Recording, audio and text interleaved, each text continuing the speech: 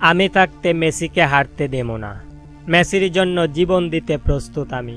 এবার কোপা আমেরিকার চ্যাম্পিয়ন হব আমরাই।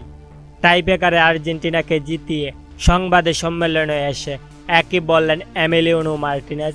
হ্যাঁ দর্শক, বিস্তারিত জানতে চ্যানেলটি সাবস্ক্রাইব করে একেবারে শেষ পর্যন্ত দেখতে থাকুন। দর্শক, খেলায় এক সমতায় আসলে আর্জেন্টিনার হয়ে প্রথম ফ্রি কিক করতে আসেন মেসি। তবে দুর্ভাগ্যবশত এই শটটি গোলবারে লেগে আটকে যায়।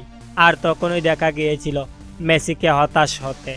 তবে এর পরপরই মেসিকে খুশি করেন আর্জেন্টাইন গোলরক্ষক এমি। তিনি ইকুয়েডের প্রথম দুটি গোল সেভ করে মেসিকে জিতিয়ে দেন।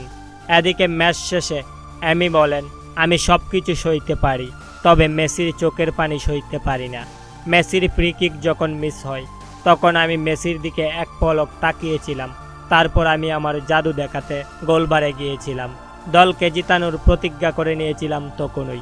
আমরা এবার মেসির হাতে শিরোপা তুলে দিতে চাই।